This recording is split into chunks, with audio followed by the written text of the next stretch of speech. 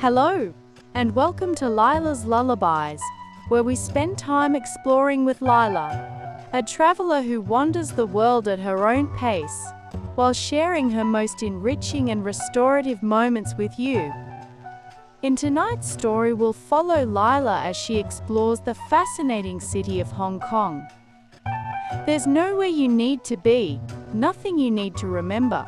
Just settle in, get comfortable, and let yourself go. We're so glad you're here. Whenever you're ready, let's begin.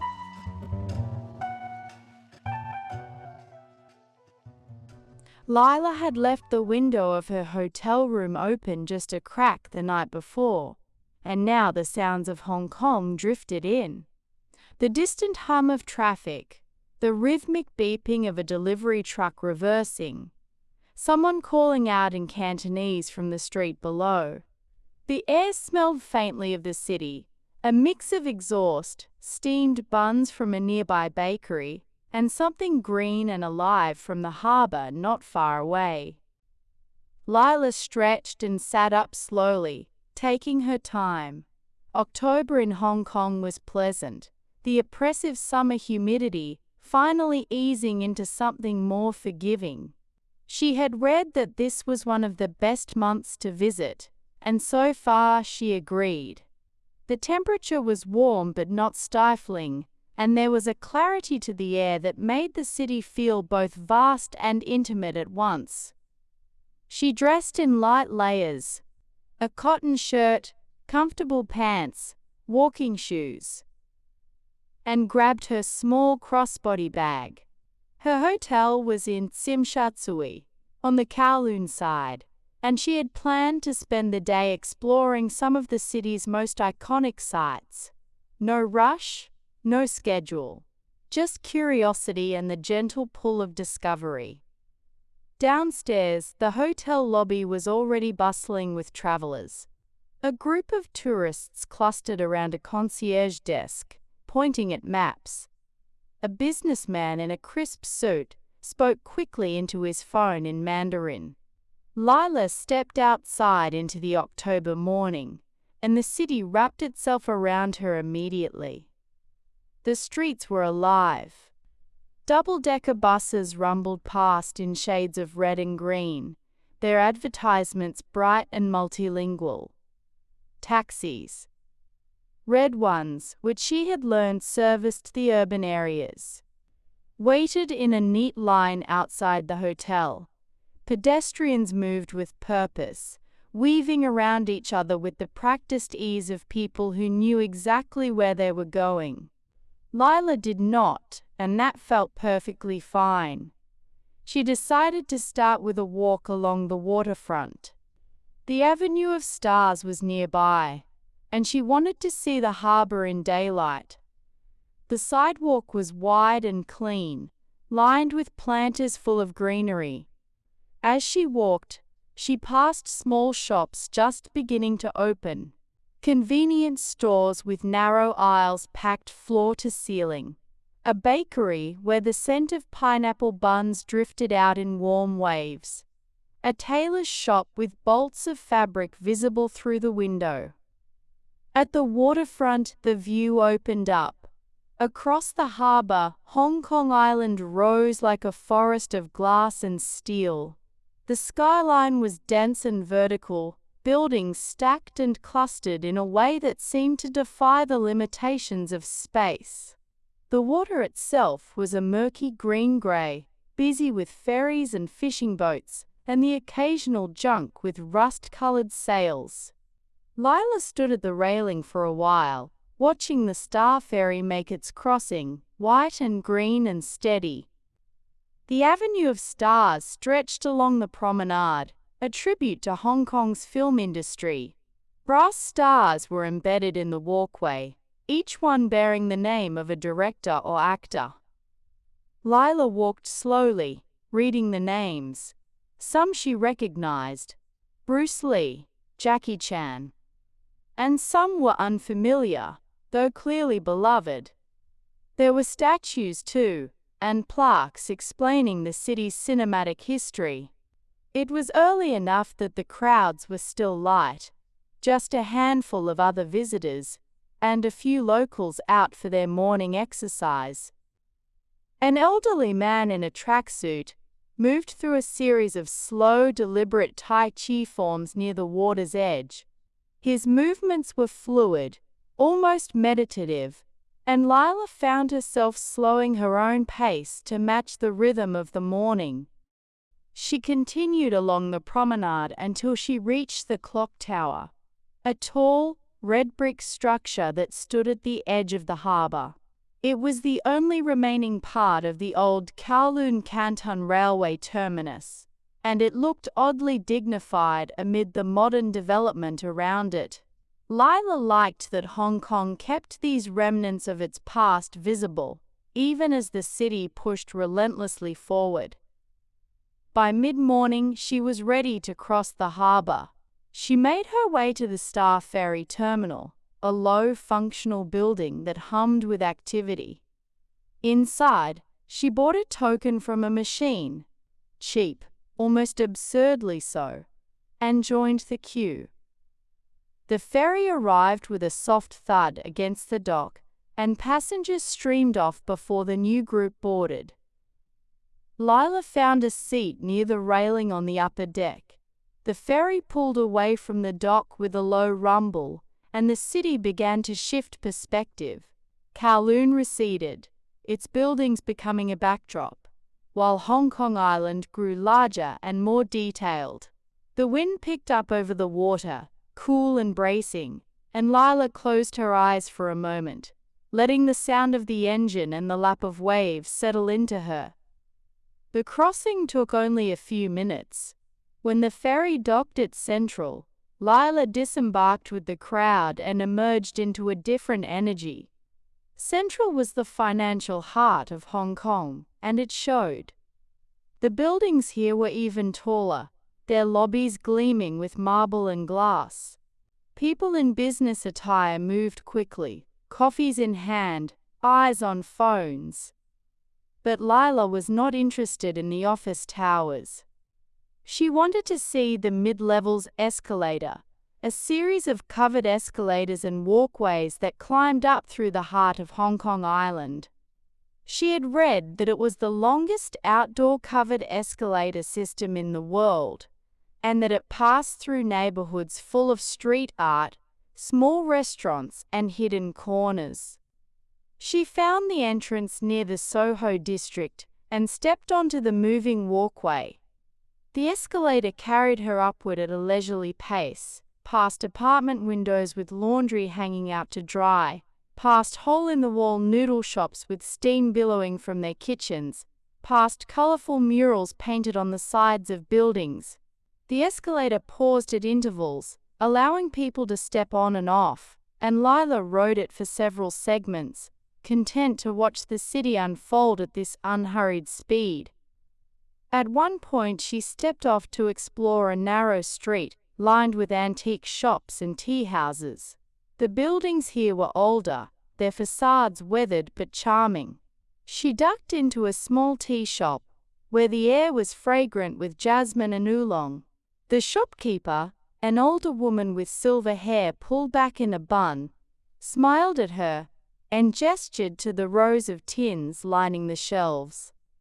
"You like tea?" the woman asked in accented English.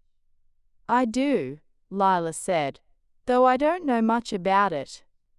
The woman nodded, as if this were a perfectly reasonable confession, and began to explain the differences between the varieties, her hands moving over the tins with practiced familiarity. Lyla bought a small packet of oolong, more for the experience than anything else, and the woman wrapped it carefully in brown paper before handing it over.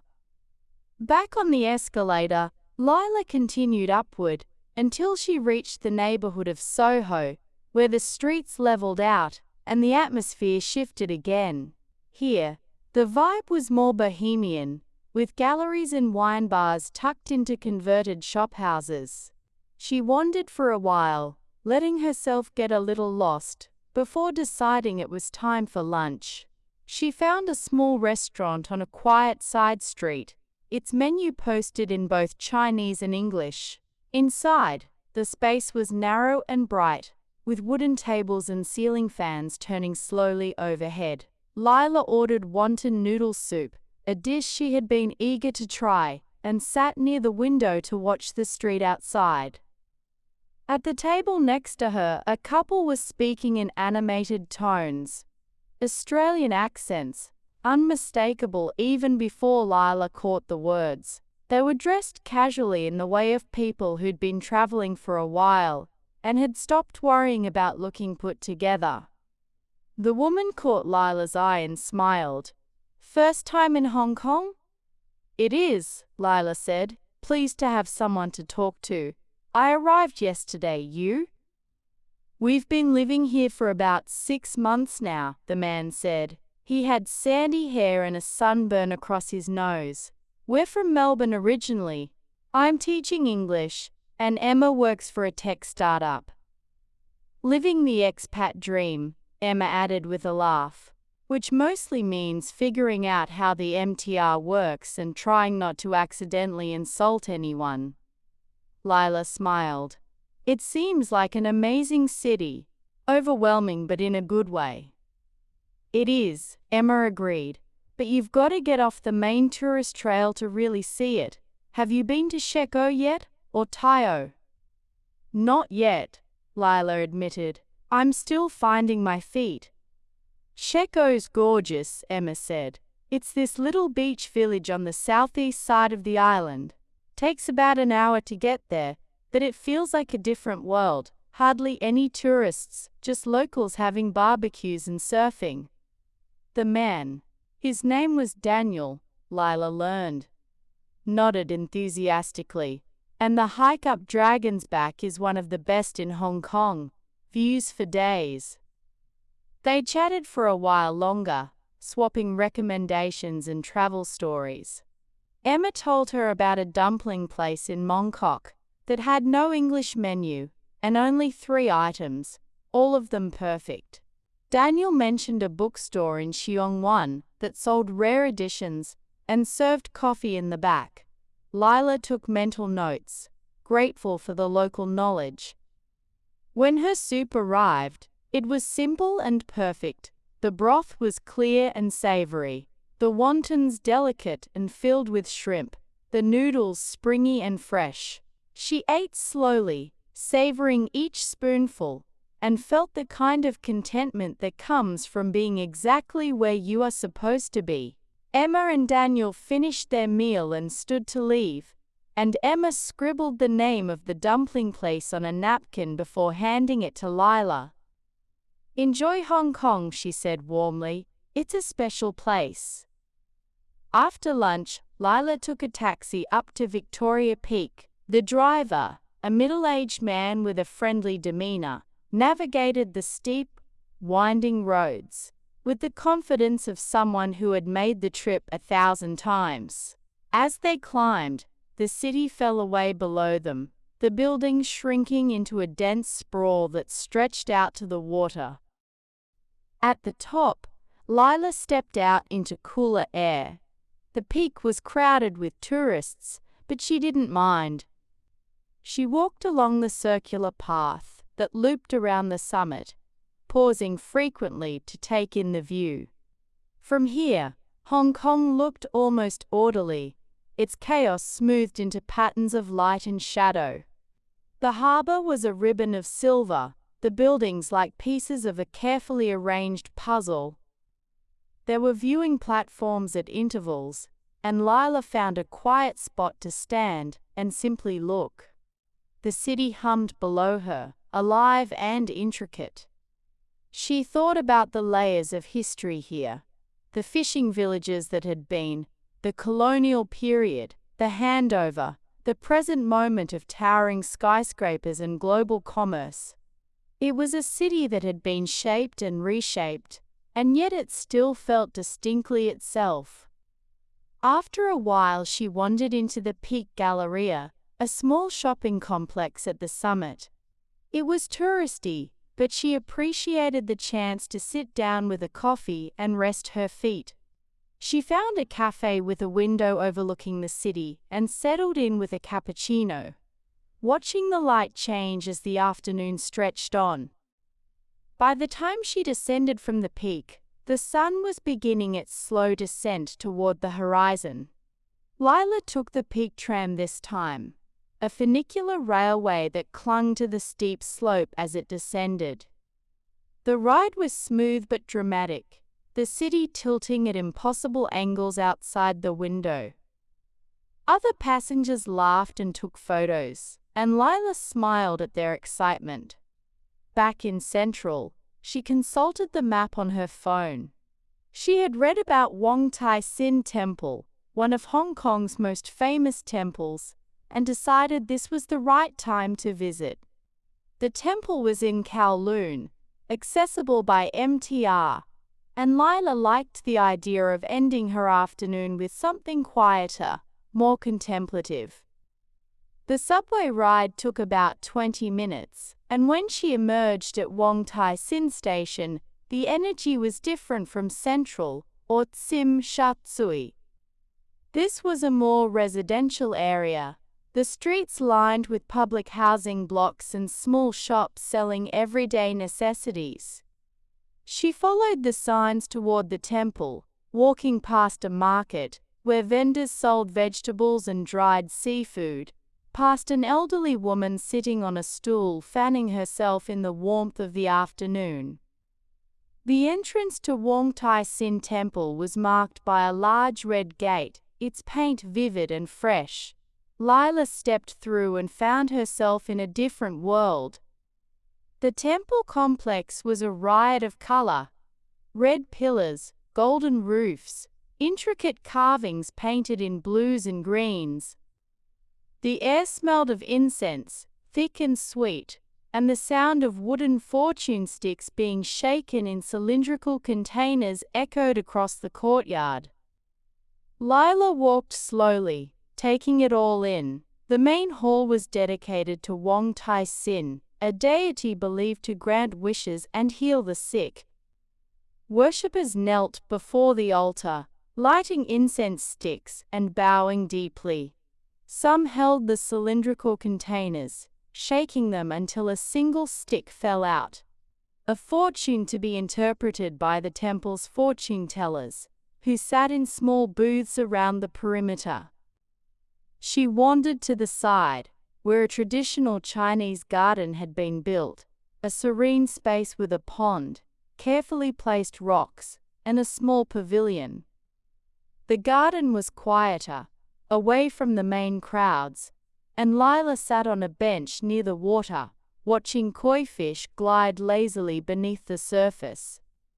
The contrast between the temple's vibrant energy and this pocket of stillness was striking, and she appreciated the balance. After a while, she returned to the main courtyard and watched the worshippers. There was something deeply human about the scene. The hope, the ritual, the act of reaching out to something larger than oneself. She respected the devotion she saw here, the way people moved through the space with such care and intention. She left the temple as the afternoon light began to soften, feeling a sense of calm that hadn't been there before. The subway ride back towards Central Kowloon was uneventful, but Lyla didn't mind. She was content to sit and watch the stations pass by, the train filling and emptying with the rhythm of the city's pulse. Remembering Emma's recommendation, Lyla decided to venture off the beaten path for the evening. She had read about Sham Shui Po, a neighborhood in Kowloon that was less polished, less touristy, but full of character. It was known for its street markets, fabric shops, and a certain authenticity that the more commercial areas lacked. She took the MTR to Sham Shui Po station and emerged into a neighborhood that felt immediately different. The streets here were narrower, more crowded, the buildings older and more weathered. There were no luxury malls or gleaming office towers here, just the everyday life of Hong Kong, unvarnished and real. Lyla wandered through the Golden Computer Arcade, a multi-story building crammed with tiny shops selling electronics, cables, and parts she didn't recognize. The aisles were tight, the lighting fluorescent, and the air hummed with the sound of soldering irons and rapid Cantonese. It was overwhelming in the best way, a glimpse into a world she would never have found on her own. Outside, she explored the fabric market, where bolts of cloth were stacked high in every color imaginable. Vendors called out prices, and women haggled good-naturedly over lengths of silk and cotton. Lyla didn't need fabric, but she enjoyed the spectacle, the sheer abundance of it all. She wandered deeper into the neighborhood, away from the markets, and found herself on a quiet residential street lined with low-rise apartment buildings. Laundry hung from bamboo poles jutting out of windows, and the smell of cooking drifted down. Garlic, ginger, something frying in a wok. It was the kind of street tourists never saw, and Lyla felt a small thrill at having stumbled upon it. At the end of the street she found a tiny park, no bigger than a basketball court, with a few benches and a single tree. An old man sat on one bench, reading a newspaper. A woman was walking a small dog, which yapped excitedly at a pigeon. Lyla sat on an empty bench and watched the scene, feeling like she'd uncovered a secret, a pocket of ordinary life in a city that often felt extraordinary. After a while, she stood and made her way back toward the main streets. She was hungry now, and she found a Dai Pai Dong, an open-air food stall, on a corner near the market. The setup was simple: plastic stools, metal tables, a kitchen that was barely more than a hot plate and a wok. But the food smelled incredible. Lyla sat down and ordered from the laminated menu, pointing at a picture of claypot rice. The vendor, a middle-aged man with graying hair and an apron stained with years of use, nodded and got to work. She watched as he prepared the dish with practiced efficiency, the rice bubbling in the clay pot, the sausage and vegetables layered on top. When it arrived, the dish was still crackling, the rice crispy at the edges where it had touched the hot clay. Lyla ate with the small spoon provided, savoring the smoky sweetness of the Chinese sausage, the richness of the soy sauce that had seeped into the rice. It was simple food, but it was perfect. Around her, locals sat at the other tables, chatting and eating. No one paid her any attention, and she liked that. She was just another person having dinner, another piece of the city's fabric. After dinner, Lyla decided to head back toward the Chimshatsui waterfront. She wanted to see the skyline at night, when the buildings lit up and the city became a spectacle of light. She took the MTR back to Chimshatsui and walked toward the harbor, the streets still bustling with evening energy. The promenade was busy, with joggers and couples strolling hand in hand. Lyla found a spot near the railing and looked across the water. The skyline was stunning. The buildings glowed in shades of blue and gold and green, their reflections shimmering on the dark water. Ferries crisscrossed the harbor, their lights trailing behind them like ribbons. She stood there for a long while, not thinking about anything in particular, just letting the scene settle into her. The air was cooler now, and the breeze off the water carried the faint scent of salt. Somewhere in the distance, she could hear music. A street performer, perhaps, or a bar with its doors open. The city felt both vast and intimate, a place where millions of lives unfolded in parallel, each one its own small world. Eventually, Lyla began the walk back toward her hotel. The streets of Chimshatsui were still busy, glowing with neon signs in Chinese characters she couldn't read but found beautiful nonetheless.